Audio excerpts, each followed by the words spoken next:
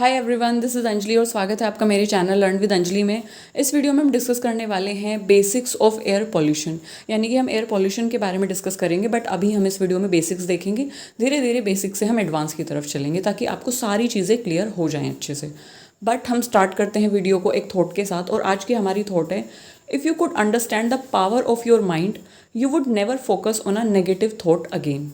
अगर आपको ये फील हो जाए, अगर आपको ये पता चल जाए, अगर आप ये समझ लो कि आपके मन की शक्ति क्या है, आपके दिमाग की शक्तियाँ क्या हैं, आपका सबकॉन्शियस माइंड क्या है, तो आप कभी भी किसी नकारात्मक विचार पर, कभी भी किसी नेगेटिव थॉट पर फोकस नहीं करोगे। बिकॉज सिंपल सी चीज़ है, जब कोई काम हम करते हैं तो सबसे पहले उसका थॉट हमारे माइंड में आता है। तो थॉट आना, उसके बाद उसका एग्जीक्यूशन होता है। तो आप देख सकते हैं कि जिस तरीके से एक पौधा जब उगता है तो उससे पहले उसका एक बीज लगाना होता है, और जिस तरीके का हम सीड लगाते हैं उसी तरीके का सीडलिंग ग्रो होता है, उसी तरीके का प्लांट ग्रो होता है। तो सेम वही चीज़ हमारे साथ है। हम जिस तरीके का थॉट अपने माइंड में प्लांट करेंगे, वो पॉजिटिव है, वो नेगेटिव है, वो आप देखेंगे कि आपके लिए कौन सा बेनिफिशियल है।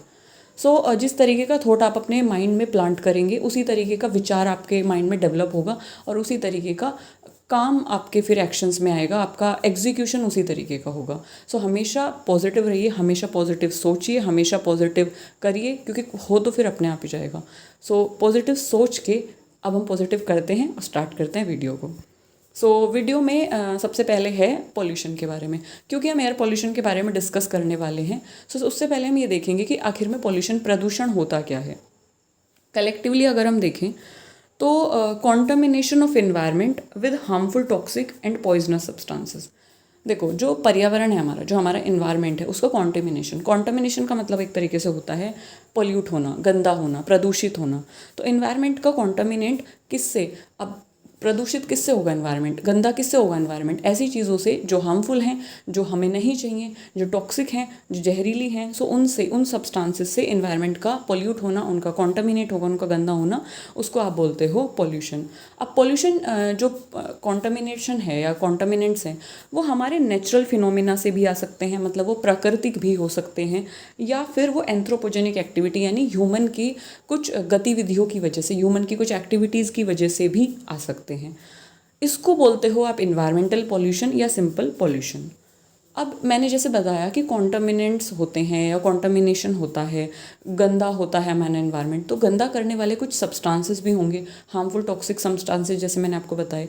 तो कोई भी सब्सटेंस या कोई भी एजेंट जिसकी वजह से पॉल्यूशन हो रहा है, यानी कि जो पॉल्यूशन का कारण है, उसको आप बोलते हो पॉल्यूटेंट। जैसे कि फॉर एग्जांपल ये आप पिक्चर देख रहे हो, यहाँ पे धुआं हमारी एयर में जा रहा है, तो हमारी जो एयर है वो पोल्यूट हो रही है, वो प्रदूषित हो रही है। वो किसकी वजह से हो रही है, वो धुएं की वजह से हो रही है, क्योंकि ये एक हार्मफुल टॉक्सिक सब्सटेंस है, पॉइजनस सब्सटेंस है।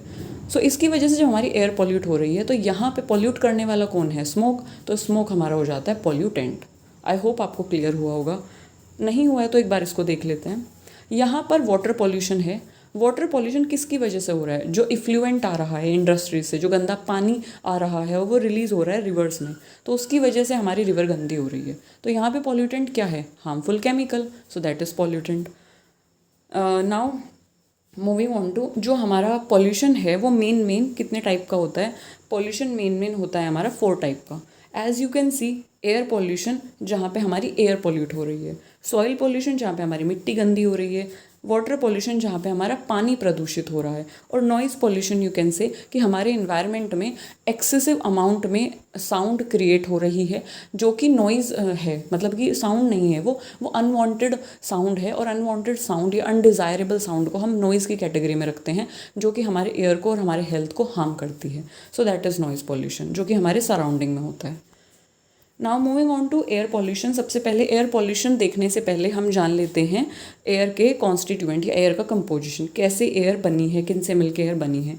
If we talk about air, तो आप यहाँ पे देखिए, हमारा जो हवा है, हवा में सबसे ज़्यादा जो होता है वो होता है 78% nitrogen gas. Then we have oxygen, you can say 21%। बाकी जो बचा अदर में आ जाती है हमारी अदर गैसेस में सबसे ज़्यादा कॉन्स्टिट्यूएंट होता है आर्गन का, देन हमारा कार्बन डाइऑक्साइड, और उसके बाद हमारी other gases like helium, hydrogen, neon और डस्ट पार्टिकल्स वगैरह सब उसमें आ जाएंगे। ये हमारी एयर का कंपोजिशन है टोटल। अब ये हमें ज़रूरी है, बट अगर इसमें कोई अनडिज़ायरेबल चीज़ मिल जाती है तो वो हमारे लिए सही ही नहीं है। तो एयर पॉल्यूशन क्या होता है, जैसे मैंने आपको इन्वायरमेंटल पॉल्यूशन बताया था कि कॉन्टामिनेंट का आना या कॉन्टामिनेशन होना किसकी वजह से, पॉल्यूटेंट की वजह से इन्वायरमेंट में, तो वो इन्वायरमेंटल पॉल्यूशन था। उसी तरीके से जब कॉन्टामिनेंट्स हमारे एयर में मिल जाएंगे, या हमारा एयर पॉल्यूशन कब होगा, जब कॉन्टामिनेंट्स हमारे एयर में एक तरीके से मतलब मिक्स हो जाएंगे। और वो कॉन्टामिनेंट्स क्या होते हैं, वो कॉन्टामिनेंट्स हमारे अनडिज़ायरेबल पार्टिकल्स होते हैं या फिर अनडिज़ायरेबल गैसेस हो सकती हैं। सो ये जब हमारे एयर में मिक्स हो जाती हैं, क्योंकि एयर का कंपोजिशन मैंने आपको बताया, हमारी एयर ये है, लेकिन अगर इसमें कोई अनडिज़ायरेबल मटेरियल आ जाता है जो कि हमारे लिए हार्मफुल है, पॉइजनस है, तो वो पॉल्यूशन क्रिएट करेगा। उसी तरीके से जैसे मैंने आपको बताया कि अनडिज़ायरेबल पार्टिकल हो सकता है या फिर वो गैस हो सकती है। सो उस बेस पे हमने कैटेगराइज किया है एयर पॉल्यूटेंट को दो तरीके से। एयर पॉल्यूटेंट या तो गैसियस हो सकते हैं, यानी कि उनकी जो नेचर होती है वो गैस हो सकती है, या फिर वो पर्टिकुलेट एयर पॉल्यूटेंट हो सकते हैं, यानी पर्टिकुलेट मैटर हो सकते हैं। सो इनको आगे वाली स्लाइड में देखते हैं कि ये क्या होते हैं। अगर हम बात करें गैसियस एयर पॉल्यूटेंट की, सो गैसियस नाम से ही पता चल रहा है कि ये जो एयर पॉल्यूटेंट्स है, यानी ये जो पॉल्यूटेंट्स होंगे ये गैसियस स्टेट में होंगे, बिना किसी प्रेशर लगाए, बिना कोई टेम्परेचर चेंज किए, नॉर्मल रूम टेम्परेचर पे ये पॉल्यूटेंट, यानी कि जो एयर को पॉल्यूट कर रहे हैं, ये गैसियस स्टेट में होंगे। ये ऐसे पॉल्यूटेंट होंगे जो गैसियस स्टेट में हो और जो हमारी एयर में जाके उसको गंदा कर रहे हैं, क्योंकि ये हार्मफुल हैं या टॉक्सिक है हमारे लिए। एग्जाम्पल अगर हम ले तो आप देख सकते हैं, जैसे ground level ozone, nitrogen dioxide, sulphur dioxide, carbon monoxide, volatile organic compounds. तो ये सारे की सारी जैसे मैंने बताया, सब क्या है, गैस है। नाइट्रोजन डाइऑक्साइड क्या है, गैस है। सल्फर डाइऑक्साइड क्या है, गैस है, बट ये हार्मफुल है हमारे लिए। तो पॉल्यूटेंट हैं बट गैस हैं, एयर में जाती हैं, मिक्स होती हैं, हमें हार्म करती हैं, तो इसलिए gaseous air pollutant. Now moving on to particulate air pollutant. Particulate जैसे नाम से ही पता चल रहा है, तो पर्टिकुलेट मैटर हैं, तो ये छोटे छोटे ना पार्टिकल्स होते हैं। पार्टिकल्स कैसे, ये गैस तो हमने बात कर ली, वो तो गैसियस में आएगा, बचा क्या, सॉलिड और लिक्विड। तो जब सॉलिड और लिक्विड के छोटे छोटे पार्टिकल हमारे एयर में मिक्स हो जाते हैं, उसमें सस्पेंड हो जाते हैं, तो उसको आप वो हमें हार्म करते हैं, तो उसको आप बोलते हो पर्टिकुलेट एयर पॉल्यूटेंट।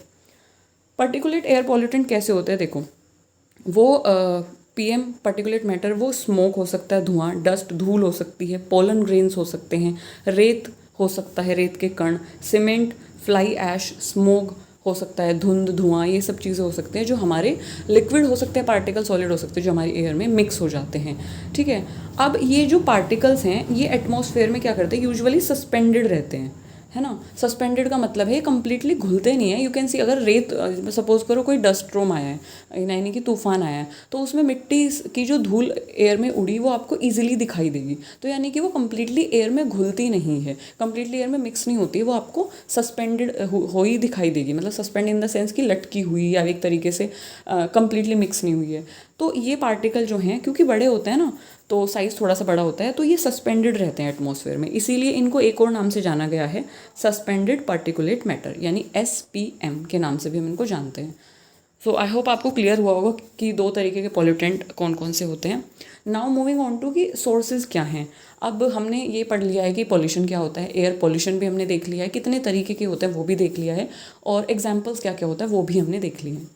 अब एयर पॉल्यूशन जो होता है ना, वो होता कहाँ से है, जनरेट कहाँ से होता है। ये पर्टिकुलेट मैटर तो करेंगे एयर को कॉन्टामिनेट, गैसेस एयर पॉल्यूटेंट करेंगे एयर को कॉन्टामिनेट, बट कहाँ से जनरेट होते हैं, आते कहाँ से हैं पर्टिकुलेट मैटर या फिर गैसियस एयर पॉल्यूटेंट, ये कॉन्टामिनेंट्स जो हैं पॉल्यूटेंट आते कहाँ से हैं, तो वो सोर्सेज हम देखने वाले हैं अभी। सोर्सेज में अगर हम बात करें तो सबसे पहला है हमारे नेचुरल सोर्सेज। नेचुरल मतलब कि नेचर की कोई ऐसी एक्टिविटी या प्रकृति की वजह से जब पर्टिकुलेट मैटर या फिर गैसियस पॉल्यूटेंट रिलीज़ हो और एयर में मिक्स हो जाएं, तो वो होगा कि वो नेचुरल सोर्स है एयर पॉल्यूशन का। जैसे कि वोल्केनोज है, ज्वालामुखी फटते हैं तो वहाँ से गैसेस निकलती है, कॉनिफेरस फॉरेस्ट के जलने से, फॉरेस्ट फायर से, पोलन ग्रेन्स जो हैं हमारे, spores, dust storm, hot springs, ये सब क्या है, नेचुरल सोर्सेज है जहाँ से एयर पॉल्यूटेंट्स रिलीज होते हैं।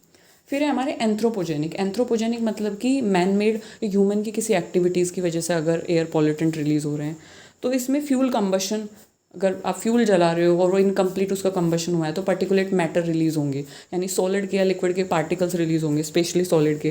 केमिकल प्लांट से जो रिलीज़ हो रहे हैं हमारे पर्टिकुलेट मैटर, और गैसेस, मोटर व्हीकल से, पावर प्लांट और हीट जनरेटर से, वेस्ट डिस्पोजल साइट से, और जब आप इंटरनल कंबशन होता है इंजन का उसको ऑपरेट करते हैं तो वहाँ से।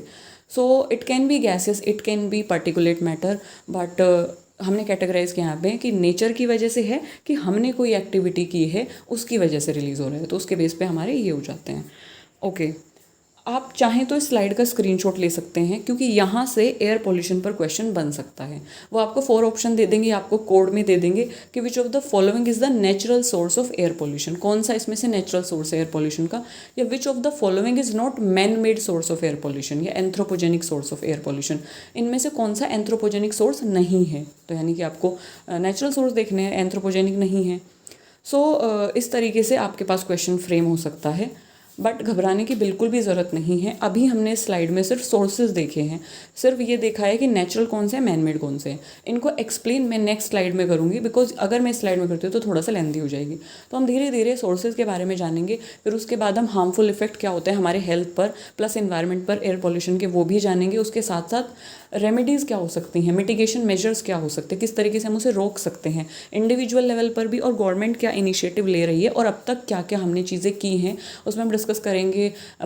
उसके BS फ्यूल, जो BS स्टैंडर्ड हैं, BS6, BS5, BS4 स्टैंडर्ड जो हैं गवर्नमेंट ने दिए थे, उनके बारे में भी डिस्कस करेंगे। हम उसमें कारपूलिंग के बारे में भी डिस्कस करेंगे, हम उसमें बायोफ्यूल्स के बारे में भी डिस्कस करेंगे, और हम उसमें ऑड इवन फार्मूला के बारे में भी डिस्कस करेंगे। तो जब तक चीज़ें हुई हैं जो काफ़ी न्यूज़ में रही हैं उनके बारे में भी हम डिस्कस करेंगे।